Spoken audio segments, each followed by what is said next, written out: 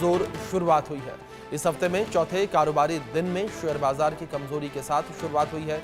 हालांकि शेयर बाजार धीरे धीरे रिकवर कर रहा है। स्टॉक मार्केट के मुख्य इंडेक्स बॉम्बे स्टॉक एक्सचेंज का सेंसेक्स और नेशनल स्टॉक एक्सचेंज निफ्टी हरे निशान पर ट्रेंड कर रहा है और बीएसई सेंसेक्स लगभग 100 अंक चढ़कर 77,453 पर कारोबार कर रहा है और एनएसई निफ्टी लगभग 30 अंक बढ़कर 23,500 पर ट्रेंड कर रहा है।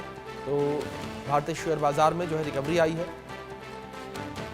और धीरे धीरे जो शेयर बाजार है वो रिकवर करता हुआ नजर आ रहा है। जिस तरीके से शेयर बाजार में भारी गिरावट देखने को मिली थी, तो उस भारी गिरावट के दौर के बाद शेयर बाजार रिकवर करता नजर आ रहा है। इस बीच हमारे साथ अर्थशास्त्री शरद कोहली जी जुड़ गए हैं। शरद जी, बहुत स्वागत है आपका इंडिया न्यूज पर। और सर, सबसे पहला सवाल आपसे यहाँ पर रही, जिस तरीके से लगातार हमने शेयर बाजार में गिरावट देखी और अब रिकवरी देख रहे हैं, ये रिकवरी मोड कितने लंबे समय तक चलेगा और कब तक शेयर बाजार पूरी तरीके से रिकवर होता नजर आएगा? नमस्कार अभिषेक और इंडिया न्यूज के सभी दर्शकों को मेरा अभिनंदन। देखिए, अगर हम कल का दिन छोड़ दें तो पिछले एक हफ्ते से लगातार शेयर बाजार में रिकवरी दिखाई दे रही है और मार्केट ने करीब करीब निफ्टी की बात करूं तो 2000 पॉइंट रिकवर किया। अगर मैं इसको मार्केट कैप में कन्वर्ट करूं तो 27 लाख करोड़ के आसपास का रिकवरी हुई है। मार्केट कैप की बात करें, लोगों ने इस पर ध्यान नहीं दिया क्योंकि लोग इतना हताश हो गए थे ट्रम्प साहब के टैरिफ पॉलिसी के अनाउंसमेंट के बाद। अच्छी रिकवरी है। मैं समझता हूं मार्केट ने डाइजेस्ट करने की कोशिश करी है जो टैरिफ पॉलिसी अनाउंस हुई है। मार्केट में एक अच्छी बात ये रहती है कि बहुत चीजों को बहुत जल्दी भुलाने की कोशिश करती है क्योंकि मार्केट कभी भी एक ही डायरेक्शन में नहीं चलती है। आज की बात करें तो मार्केट आज थोड़ी सी फिर ग्रीन में है। कल के थोड़ी सी गिरावट हुई थी, बहुत लंबी बड़ी गिरावट नहीं थी पर थोड़ी करेक्शन कल आई थी। आज मार्केट में मंथली एक्सपायरी भी होती है। जो लोग डेरिवेटिव यानी फ्यूचर्स एंड ऑप्शन में ट्रेड करते हैं उनकी आज एक्सपायरी भी होती है थर्सडे के दिन, तो कुछ मार्केट उसका रिएक्ट करेगा। पर ट्रम्प साहब ने कल 25% टैरिफ ऑटोमोबाइल्स पे और अनाउंस किए हैं। इसका मुझे लग रहा है ऑटोमोबाइल शेयर्स पे आज असर देखने को मिलेगा।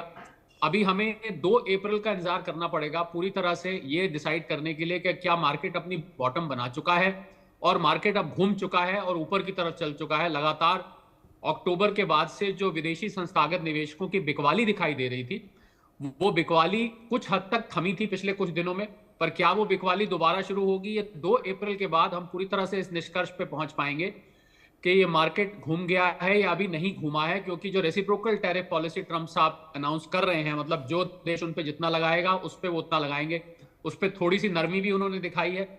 अगर वो नरमी सच में बदल जाती है तो फिर मार्केट मुझे यहां से और ऊपर दिखाई देता है। पर अगर ट्रम्प साहब मुझे सख्ती बनाए रखते हैं तो मुझे लगता है कि मार्केट एक बार फिर से झटका ले सकता है। और अब की बार हैरानी की बात यह हुई है, कल जो उन्होंने रात को टैरिफ लगाए हैं 25% ऑटोमोबाइल्स पे, उसमें उनके जो मित्र हैं और उनके साथी हैं एलन मस्क साहब, जो कि डॉजी को हेल्ड करते हैं, डिपार्टमेंट ऑफ गवर्नमेंट एफिशिएंसी, उन्होंने भी कहा है कि ये टैरिफ हमें हमारी टेस्ला कारों पे नुकसान पहुंचाएंगे। तो मुझे लग रहा है ट्रम्प साहब के जो सच्चे मित्र हैं और साथी हैं उन्होंने भी इस बार नेगेटिव रिएक्शन दिया है।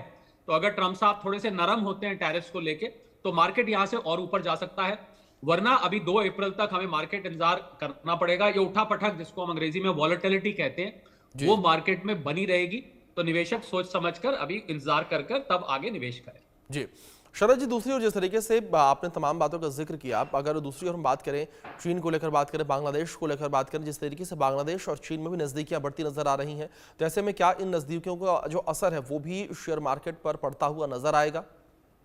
जियो पॉलिटिकल फैक्टर्स इनको हम बोलते हैं, जो आप कह रहे हैं नजदीकियां। जियो पॉलिटिकल फैक्टर्स का असर तब दिखाई देता है जब ये किसी युद्ध में परिणित हो या किसी अटैक में परिणित होती है। ऐसे सीधा असर नहीं दिखाई देता है। हाँ, अगर ट्रेड अरेंजमेंट हो जाता है 2 देशों के बीच में, उसका थोड़ा बहुत शेयर मार्केट पे असर दिखाई देता है। रशिया यूक्रेन का देखिए जो युद्ध है वो भी हालांकि एनर्जी पर सीज फायर डिक्लेयर हुआ, अमेरिका ने ब्रोकर करके किया, पर फिर भी हमने देखा कि कल भी रशिया यूक्रेन के बीच में घमासान युद्ध होता रहा। तो शेयर मार्केट इस बात का भी संज्ञान लेता है। तो अगर ये युद्ध आगे बढ़ता है तब भी असर होगा। जी हाँ, बिल्कुल ठीक है। जियो इकोनॉमिक और जियो पॉलिटिकल, ये दोनों के दोनों फैक्टर शेयर मार्केट पर भारी पड़ते हैं अगर यहां से परिस्थिति आगे बिगड़ती है। इसलिए निवेशकों को मेरी सलाह यह है कि बहुत ही सोच समझकर, सारी परिस्थिति को समझकर और किसी एक्सपर्ट की गाइडेंस में निवेश करें। लोग कहासुनी में करते हैं और वहां पर अपना नुकसान कर बैठते हैं। जी। शरद जी, आपने जिस तरीके से यहाँ पर रशिया यूक्रेन के युद्ध को लेकर जिक्र किया, सीज फायर का जिस तरीके से बात सामने आई थी, ब्लैक सी में ये कहा गया कि जो व्यापार के रास्ते खोल दिए जाएंगे, क्या उस व्यापार का असर पड़ता नजर आएगा? जिस तरीके से आपने जिक्र किया कि लड़ाई होती रही, लेकिन ब्लैक सी में जिस तरीके से रास्ते खुले हैं, जो जहाज है वो वहां से आवाजाही कर सकेंगे, तो इसका असर पड़ता नजर आएगा क्या?